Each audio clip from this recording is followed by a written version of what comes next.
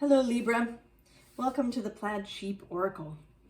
For this round of readings, I've been choosing a card from my Goddess Knowledge deck, and you got Psyche.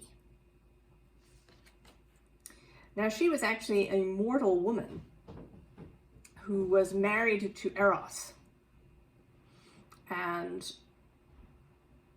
I won't tell the whole story, but the upshot is that Eros leaves and she tries to find him, and she finally goes to Aphrodite for help.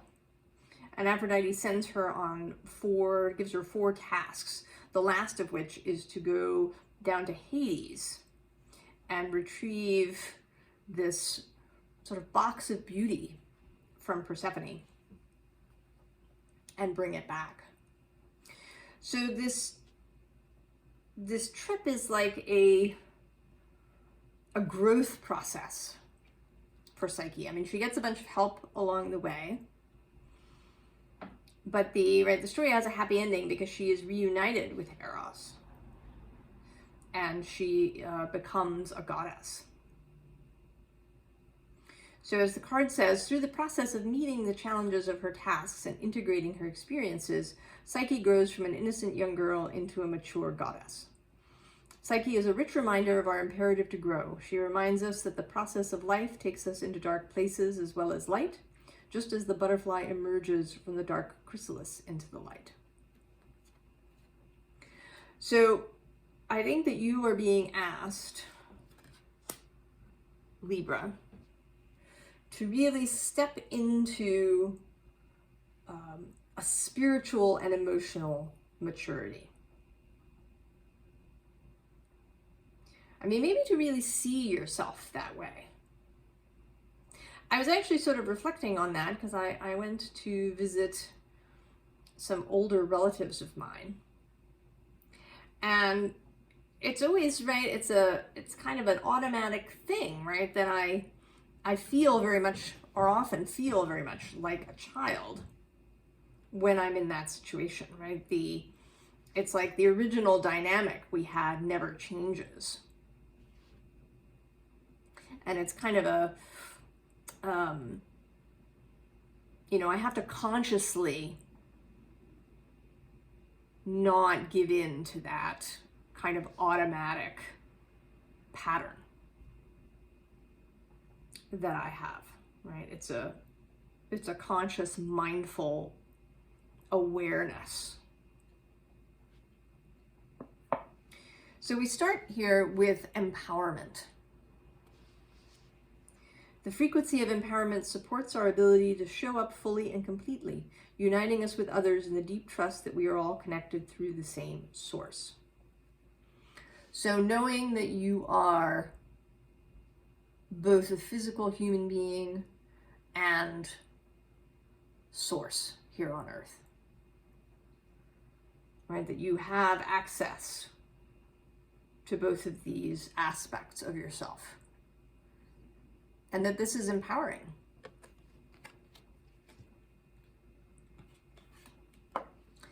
And then root chakra, which is our base, right? Our own internal stability and security.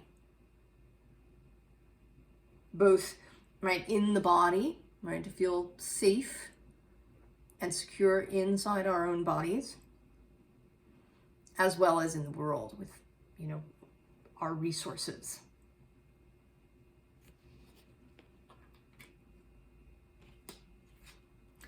Then coherence, right? Coherence between the brain and the heart.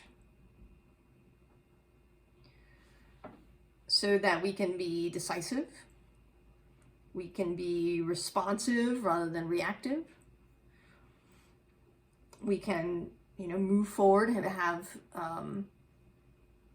a sense of being a leader in our life, to know where we're going, to feel, clarity about what we want, to really be able to integrate and make use of information that comes in. Right? I mean, we think of the crown chakra, right, as being a source of information, and it is, but so is the heart. right? The heart receives information from the environment before the brain does. So the ability to take that information and process it in a useful way. Authority, right? Being our own authority, having confidence in our own wisdom, in our own experience, in our own knowing. And also knowing, right, that we can ask for help when that's appropriate. Feeling confident, right? That asking for help doesn't make us weak or incapable, right? That we have enough sense of our own capability, our own authority, that we don't feel threatened by others. Maybe you have different skills or who have more skill in some area than we do and can be of help.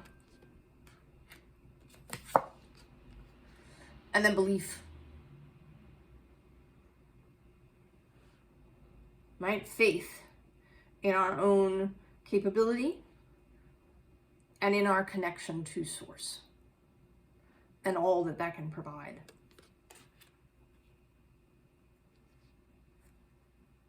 So this next row feels like maybe the issues you're having at the moment that has, caused this reading to show up.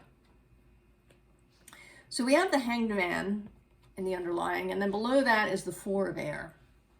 And this could be, right, taking time to recuperate, to, see things differently. But today this is looking like being hung up, right?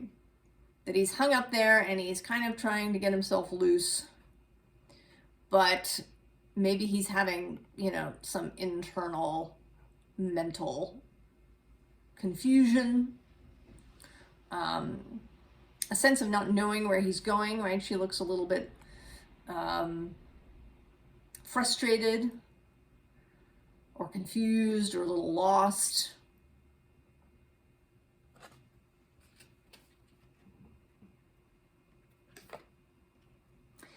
And then this Four of Earth, and I sort of see this as you, and you're holding these flowers, and it's as if you're kind of like you're afraid to move.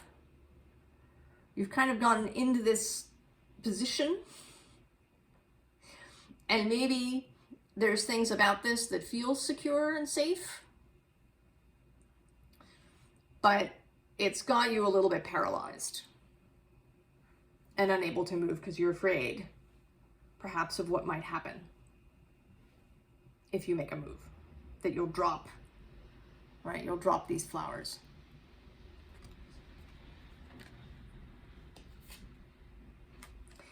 Now this Nine of Water, right, is usually, right, Nine of Cups, a wish fulfillment card.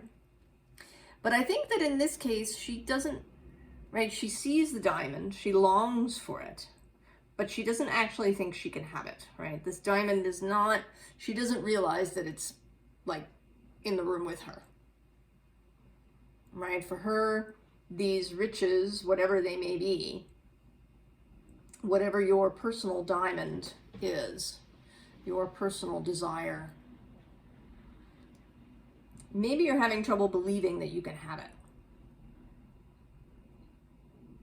that it seems really far away.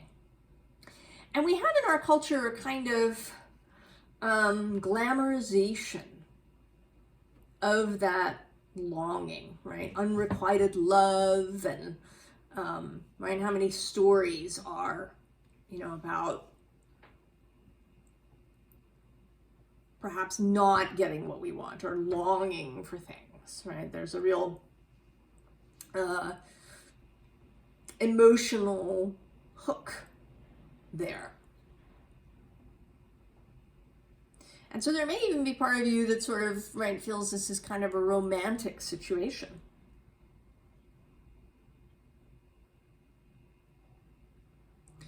And is, that there's a kind of enjoyment to longing.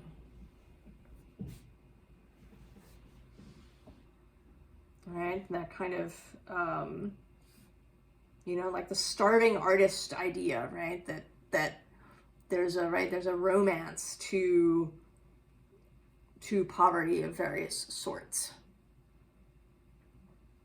that our mind can get caught up in. And although, you know, poverty is, you know, not something that anybody would ever want to glorify, right? It's not something that anybody wants to experience. That our culture can, right, sometimes romanticize such things. And we might get caught up in that too. So it's important, right, to think about not only, you know, the you know, maybe stuck ways or fears that we have, but also what do we get out of being stuck? What do we get out of not actually having what we want?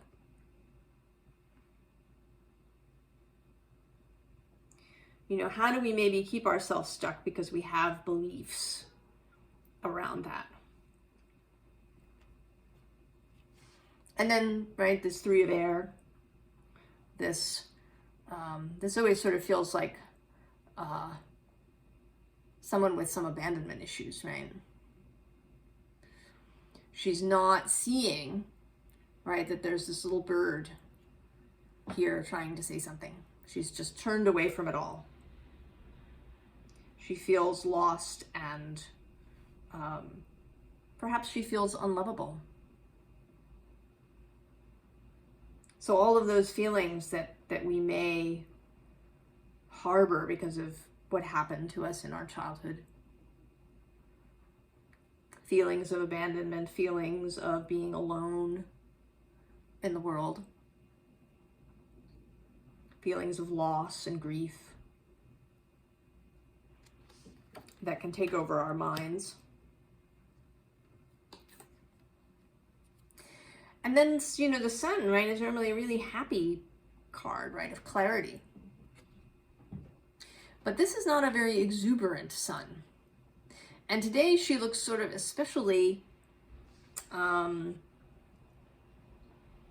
downcast a little bit, right? Her eyes are closed. She's not smiling. She's looking down. Here again, I sort of have the sense that she doesn't realize, right, that she's standing in the sun. Right, and this can be, it can certainly be depression. Depression can feel that way. I've experienced it kind of as like a grayness, or almost as if somebody's put like a VR helmet on your head so that you're only seeing, right, what the helmet lets you see. And it can be, right, it's set to some sort of gray space where there's no beauty or love or joy. Right? Depression can feel that way.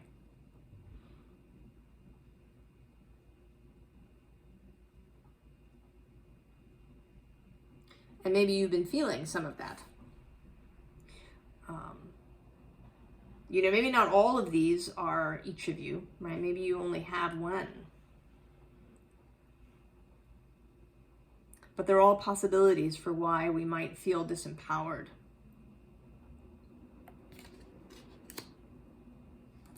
And then this Eight of Air, right? This kind of, this is sort of also, to me, a little bit of overthinking, right? Of trying to catch, right? Trying to catch all the feathers, follow all the feathers exactly. Get just mentally caught up. So rather than depression, maybe your issue is anxiety, fear of uncertainty and what might or might not be coming.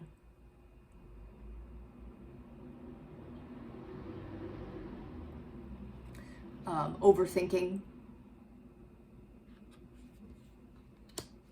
Getting caught up, perhaps in outside things, right?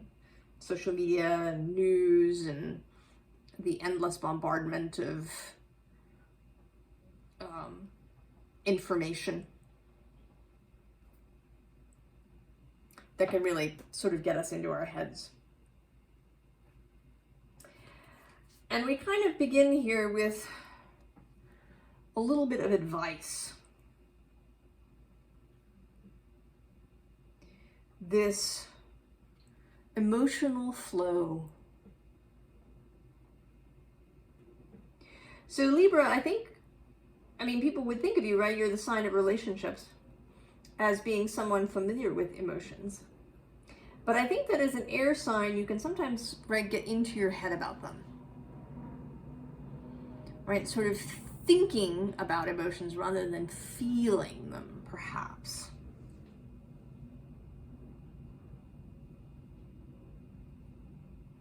Or, you know, a willingness to only feel some of them. You know, maybe that Four of Earth, right, is holding yourself really still so that you don't feel something you don't want to feel.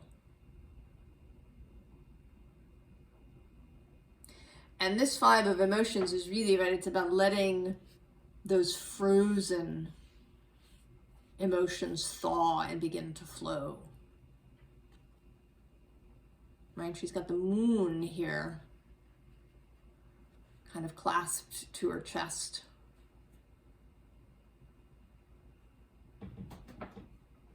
The planet of emotional flow.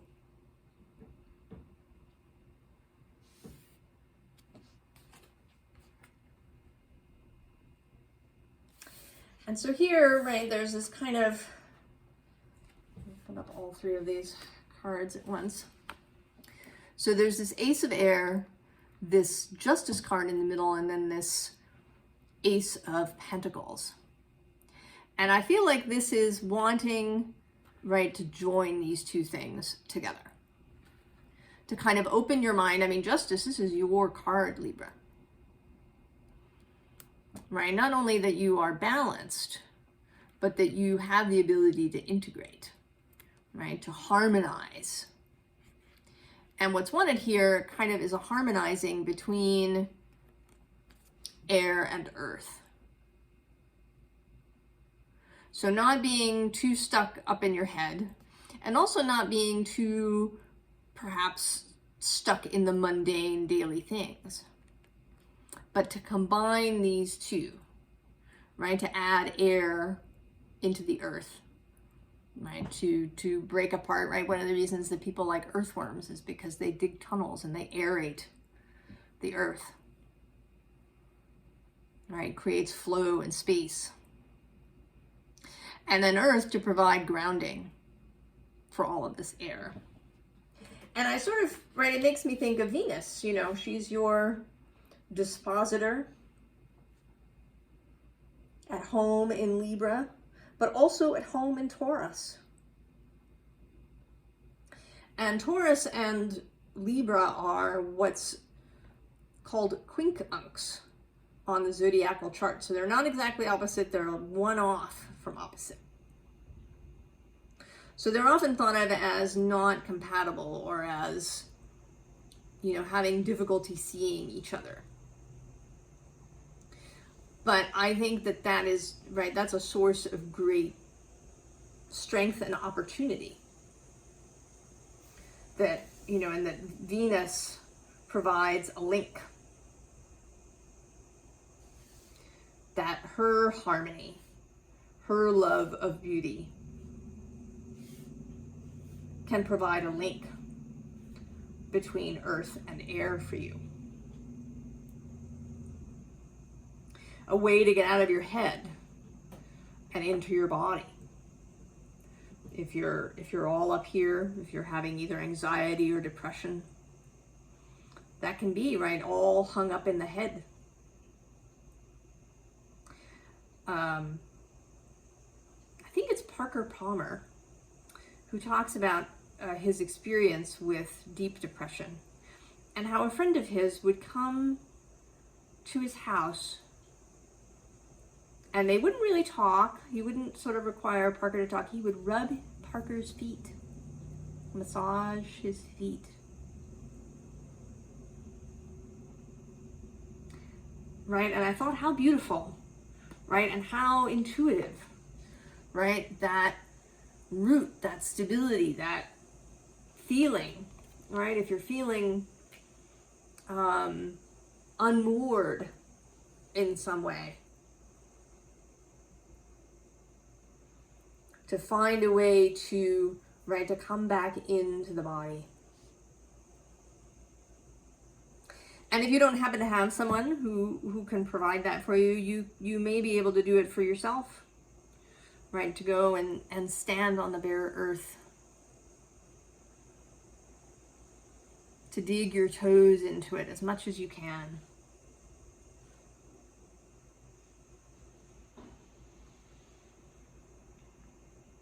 All right, to allow the earth to support you. You know, Psyche on her 4 trips, her 4 tasks, she gets a lot of help from the natural world in doing her tasks. Right, that combination, right? Psyche is our word for the mind, right? For the consciousness. And she is married to Eros, who is about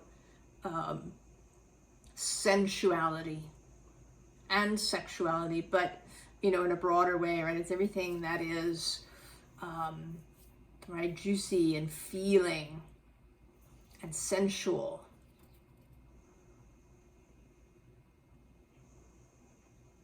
Right, so this mind and body connection, this earth and air, this mind-heart coherence. And so then we get these 2 10s, the 10 of inspiration and the 10 of materials. And I sort of, right, I feel like this is you as Psyche, right, going through your tasks and then coming into this beautiful ending, right? Having this beautiful end of this part of the story, right? Joining with others, Libra that you are, the sign of relationship.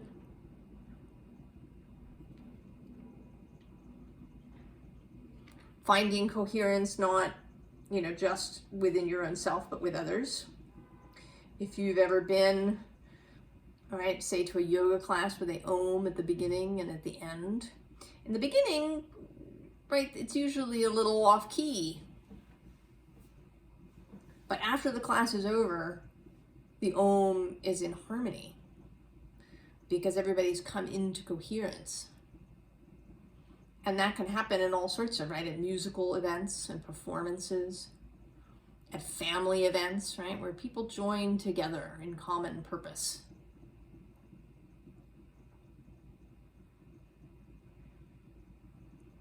Right, this, you know, feeling joyful together.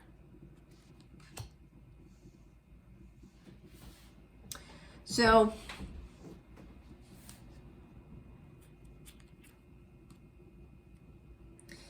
and this, right, this card is Mercante, the merchant, but really, right, you're looking out. Right, you're looking out. Waiting, Libra, perhaps, in this stuck place.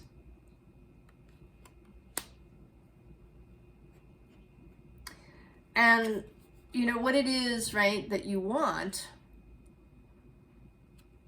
right, the precious things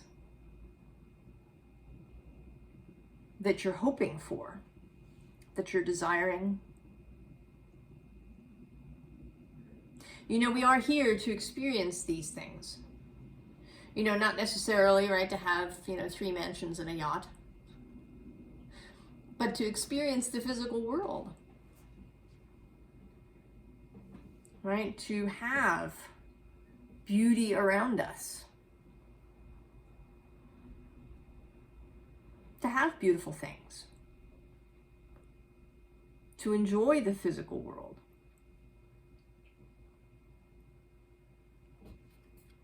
And those things are there. And there's also, right, information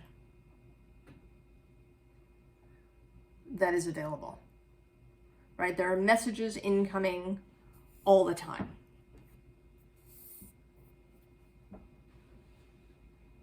From source, from your own wider self.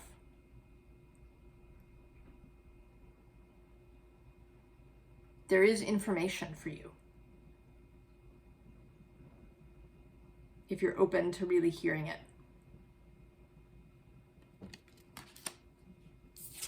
And then Cupid shows up for us, right? He is the Roman Eros. Right? Love and the erotic, the Eros. Right? The joining of Psyche and Eros. The harmony of mind and body, of heart and mind, of receptivity and action.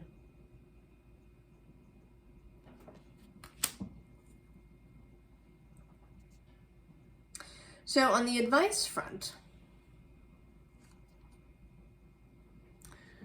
we have the King of Cups as the underlying, and then the King of Air, King of Swords. So again, I mean, in this case, water and air,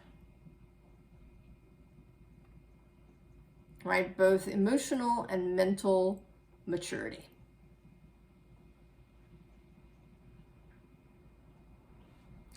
And I think, Libra, that it may just really be a question of allowing that for yourself.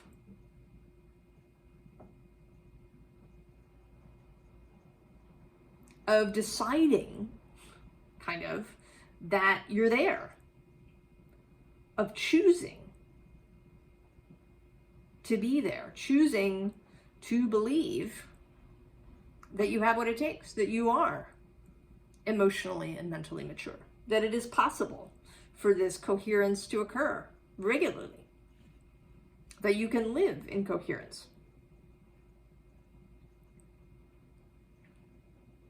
that you don't have to be loyal to an earlier version of yourself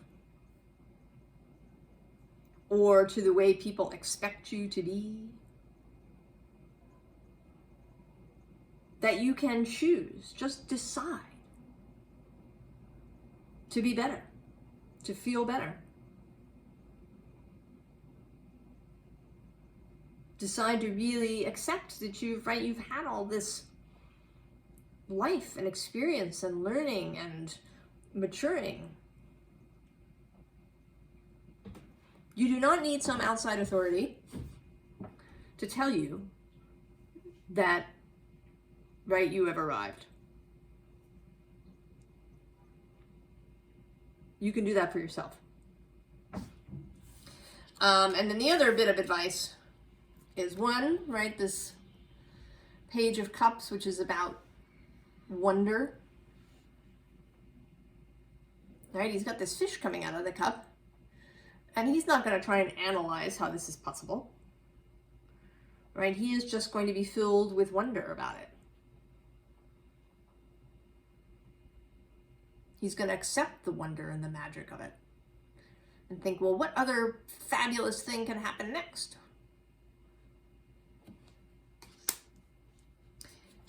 And then the Fool.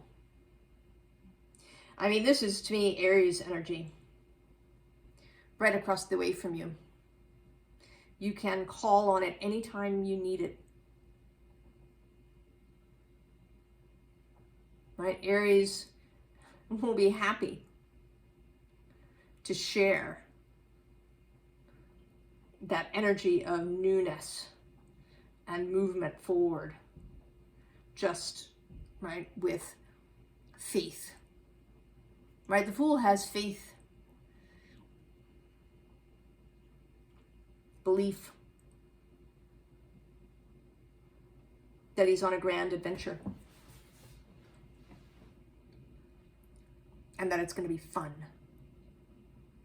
Not without its challenges, but that it'll be fun. Fun challenges. So I think, right, Libra, just, right, you choose. Choose to be your fabulous self.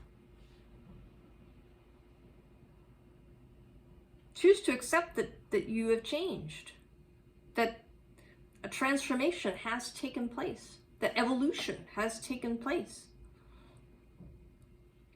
that you just have to accept it and, you know, sort of become accustomed to being in this new way. It may take you a little while. It might not be an instant thing.